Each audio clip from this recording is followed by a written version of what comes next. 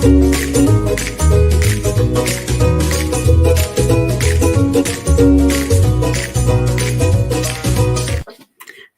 morning, beautiful mama. So, welcome to the Professional Moms, Mama's First Monday. So, look, you guys, today, as well as every Monday, I get the honor of actually helping you start your week right, or at least better than may have been started in the past. And not only am I doing this for you, I'm doing this for me too. So, I am not the know all, be all, end all. I promise I'm not, but I do also promise that there's some things that I have learned that can also help you.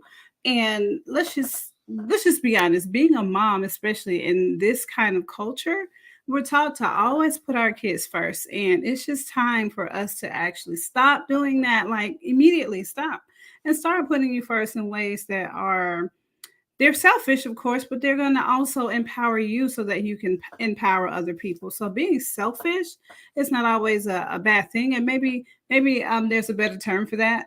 But at some point, you do have to kind of be selfish, where you take care of yourself first. Like I would tell my kids, like yesterday, I told my kids, I'm like, look, mommy needs 10 minutes. I don't want anybody to talk to me. I'm going to sit right here and just breathe, and watch whatever's on, whatever I pulled up on TV. And I was watching, and it took them a minute, but eventually I got my 10 minutes because here's the deal. I told them, I said, I'm a better me. I'm a better mom to you all when I'm a better me to me.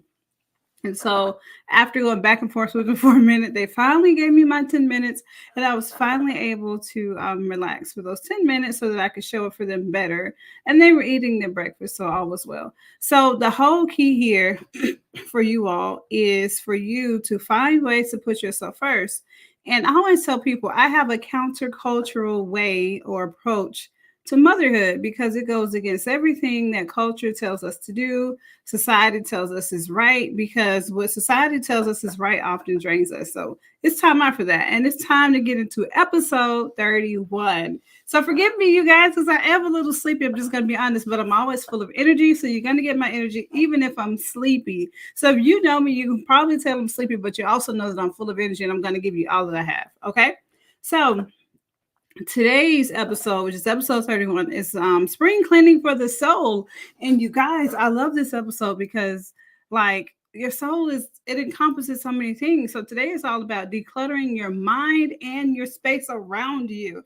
And you guys can't see the space around me, but I have actually put some time in cleaning off my desk here, cleaning off the area around me on the floor because my kids throw stuff everywhere. Like this area where I'm sitting is our loft area, and it used to be the kids' playroom. So we kind of had to declutter, and every now and then I'll find them just throwing random stuff here and I have to clean up. So now, it's all about making sure that you understand what clutter actually does to you and how you could actually create a plan going forward. Okay. So here's the deal. I have been researching a lot of different scientific studies, a lot of well known, what's the word? I guess health organizations that talk about different things. And I think this one came from WebMD. So this organization or clutter actually drains our cognitive resources, reducing our ability to focus and or think. So it reduces our ability to focus, you guys, clutter around you. And on top of that, your mind will wander when it's cluttered. That's just what it does, okay? So the problem here, or the opportunity, is figuring out how to declutter your mind and space. Because if we're honest, clutter is not your friend. Okay. So either way we put it, clutter is not your friend. I understand sometimes we have to deal with it, and I do it all the time, but I try to find ways to organize it in a way where it's not extremely cluttered, where it's like I can like maneuver through. But at some point, especially now, this is like the spring cleaning time for a lot of people. So what I want to do now is give you a solution that's going to help you actually get through all this. So the solution for today is get clear.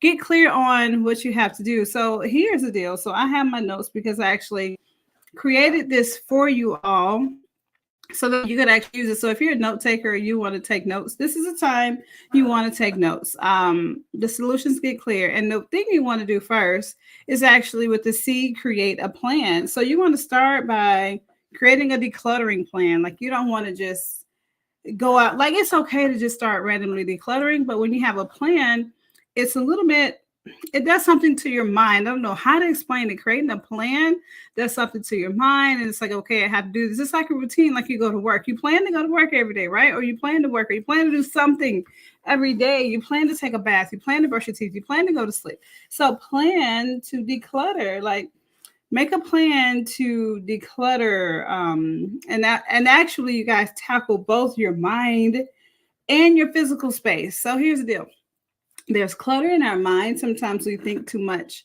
that we probably shouldn't be thinking, or there's mental activity there.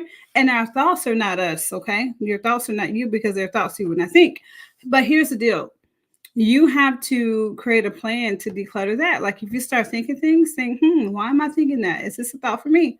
And if you can, let it go. And if you can't, find something to replace it. So every time that thought comes in, create something that you want to think instead, and keep just manually putting it in there until it takes over that space. And yeah, it's going to take time, but let it do its thing, okay?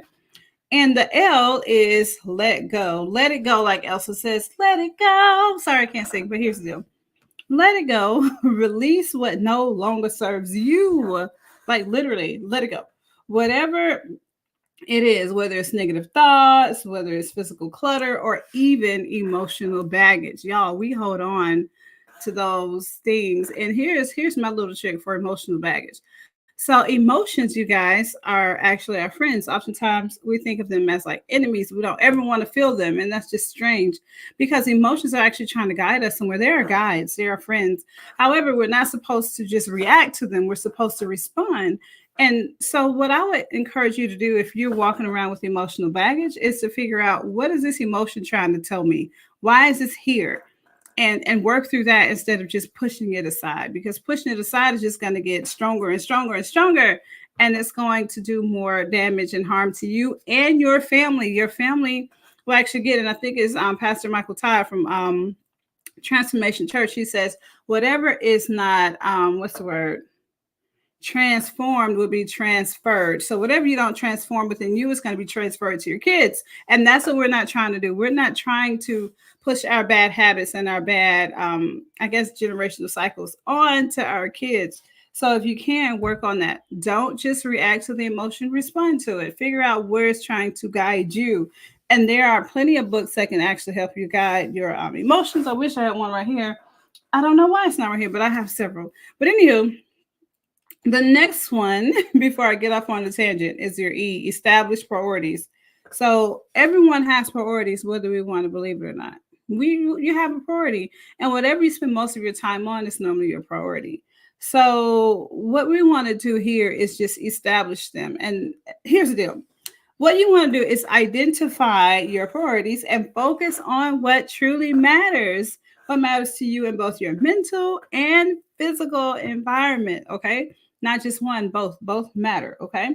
So establish what's important to you. So even write down what's important. Like, what's important? Is it important for you to have a clear mind? What kind of thoughts do you not want to have? And I wish I had this book over here. It may be over here somewhere on my desk. But it's about fasting from negative thoughts. And y'all, I think it's so important. Like, you have to fast from negative thoughts, because if you don't, they will overtake you in your life, and then they will become, they have the potential to become generational cycles. So, and not all generational cycles are bad. There's some good generational cycles, and that's what I'm trying to help you to create, are the good ones. Okay, so the last one is the A, arrange for success. Oh, no, it's not. There's one more. I got to get to clear the R. So when you arrange for success, what you are doing is you're organizing your space and thoughts in a way that promotes clarity, because you want clarity. And so you actually are going to have a physical plan. Now, this is something you can probably Google to help you find a plan like that for your mental and physical space. And you want it to promote not just clarity, but efficiency and peace of mind, because this peace of mind part is everything. And part of that peace of mind comes from you knowing who you are. And that actually helps you to get clear when you know who you are. Okay. And the very last one, sorry about that earlier, is the R, for you to reflect and renew. So for here, you want to take time to reflect on your progress. You want to celebrate your accomplishments, or your wins, as I like to say. and renew your commitment to maintaining a clutter-free mind and space. Like always renew that. Like I always tell people, when you go through good cycles, you repeat them. Like any kind of cycle is repeated, any routine is repeated. So what we want to do is focus on repeating those things that are good for us. Okay. So normally I would do a recap, but recapping this may actually go into a lot of time, and I do not like to take your time. So what I'll do is just recap the basics without going into depth over here.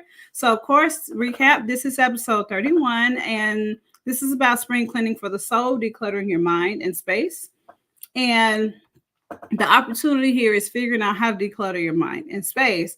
And the solution is to get clear. But first, let's just remember that clutter is not your friend, because disorganization and clutter drains our cognitive resources, reducing our ability to focus, and our minds will wander when it's cluttered. So, for our solution, get clear. The C is to create a plan. The L is to let go of those things not serving us. The E is to establish priorities regarding our physical and mental space. The A is to arrange for success in mental and physical cleanliness around us, to reflect and renew as well on how we're going to keep this plan going. And you guys, it has been an honor being here serving you all. As usual, I love you to life, and I will see you all next